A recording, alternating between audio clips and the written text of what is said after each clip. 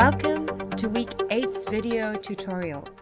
This week's lecture, we've talked about mediation and manipulation in the public sphere. And today in the tutorial, we are going to explore QAnon. The next 4 episodes are going to be slightly different than usual. Instead of having a different video for a different topic, we're going to look at a single topic, that's QAnon, and look at it from different perspectives so that we can have a slightly deeper dive, but in a shorter amount of time, from each of these takes. We heard you. So, what is this mysterious phenomenon, QAnon? We're going to give you 10 points to give you a perspective of this really widespread and sprawling conspiracy theory. Point 1.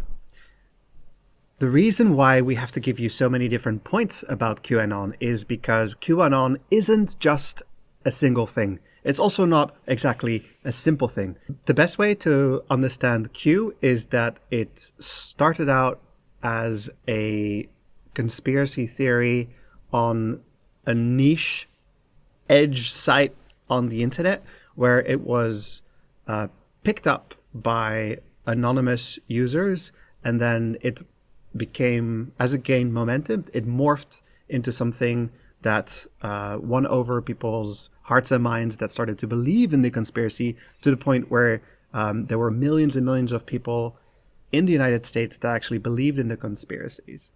And that's why it gained such large-scale momentum. But it did take 3 years for this to unfold, but it did culminate in some pretty serious event. Point 2. One of these big events happened quite recently. In fact, it was just before Trump got voted out of the White House, and he sent a tweet to say that he wasn't going to go to the inauguration. And fans of the QAnon, or followers of QAnon, took that as a signal to go ahead, and that's when they charged the Capitol and attacked it. Point 3. QAnon. Q stands for Q-level security clearance in the United States. And that provides the alleged credibility for this person to be sharing or leaking intel to the wider public. Anon stands for anonymous. So that is the explanation for QAnon. Point 4. Anon isn't just anonymous. It's actually a group of people, or rather a type of internet user that expresses themselves on what are called chans, 4chan, 8chan, N-chan, which are image boards where user can post anonymously. So users show up with their username as anonymous, and this actually is where the name Anon comes from. So QAnon is just one of the many Anon users, but because of their clearance level, they had a lot more interest coming their way than the average Anon. Point 5. So no one really knows who's behind QAnon, but there has been some...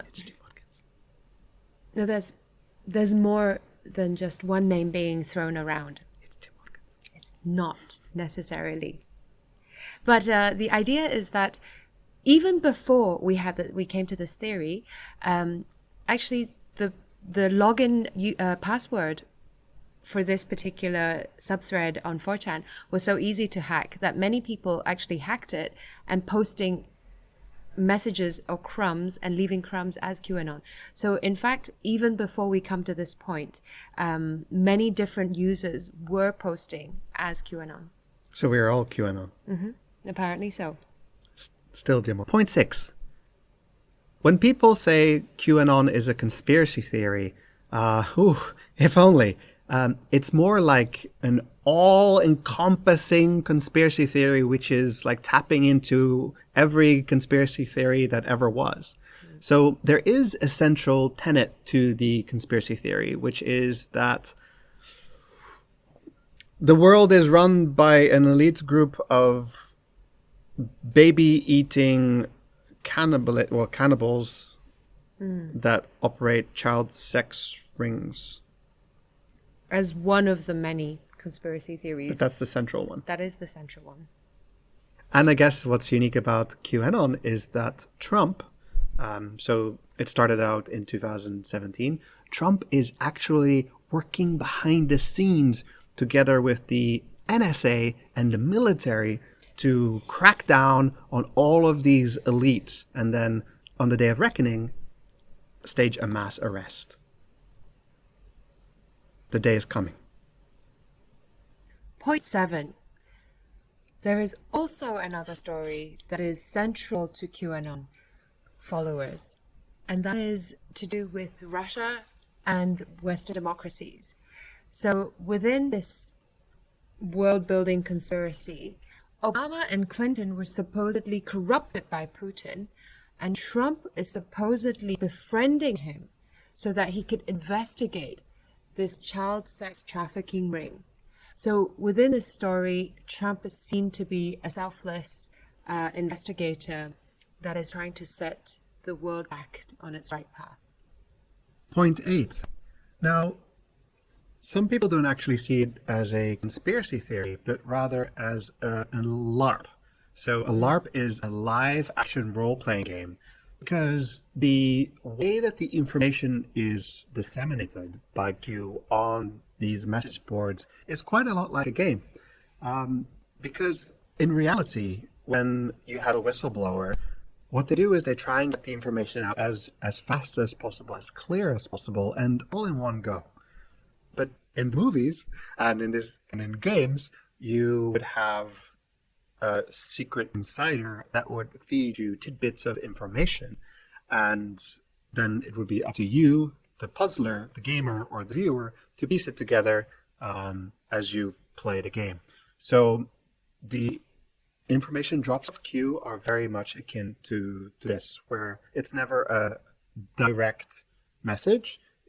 It's mostly questions that are being asked to kind of steer people in a particular direction.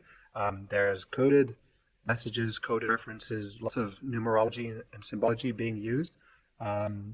So that's why people consider it to be more of a LARP. Point 9. This went far. This went deep.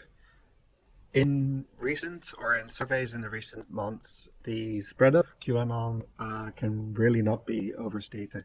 It seemed that amongst Republicans, at least 50% of the Republicans had some kind of affinity for the theories that were being furthered by the QAnon conspiracists.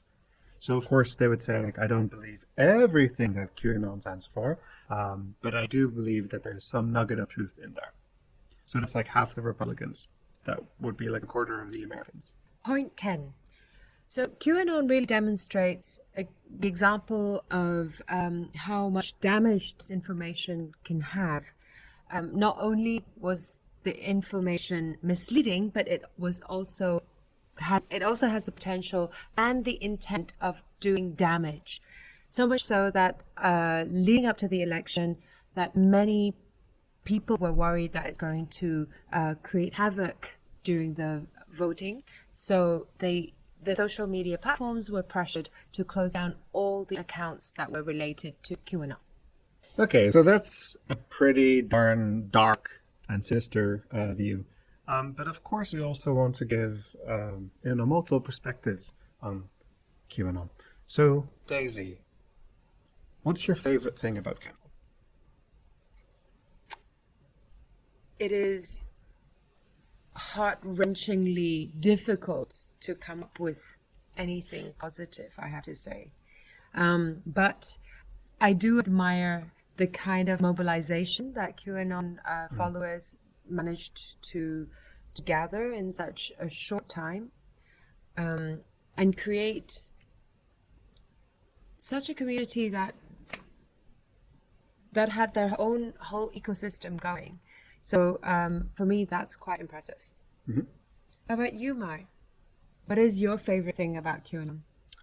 My favorite thing, and I say that after watching like a dozen hours of QAnon conspiracy content, is that most of the content doesn't speak to my principles or my beliefs, but there was one particular perspective where I was like, oh my God, I actually believe this too. What? Yes. No. Yes. And it was that the powers that be, they use a binary framing in order to put us up against each other, to set us up against each other. So it's Republicans against Democrats, it's men against women, it's old against the young, it's the Christians against the Muslims. And it's like, well, that's actually a very good point, is that there's a particular type of binary framing going on that if you were able to go beyond it, you wouldn't be seeing things in opposition as much, which I thought was a very splendid point. Okay, so we've got 3 additional videos for you. The first one is about the reappropriation of age-old conspiracy theories and how they've been repackaged to fit the QAnon narrative. The second one looks into how falsehoods are actually constructed. So it's a more linguistic analysis of QAnon content. And the last one looks at how the QAnon movement keeps on morphing and latching on to existing communities by adopting their particular visual aesthetic. Enjoy.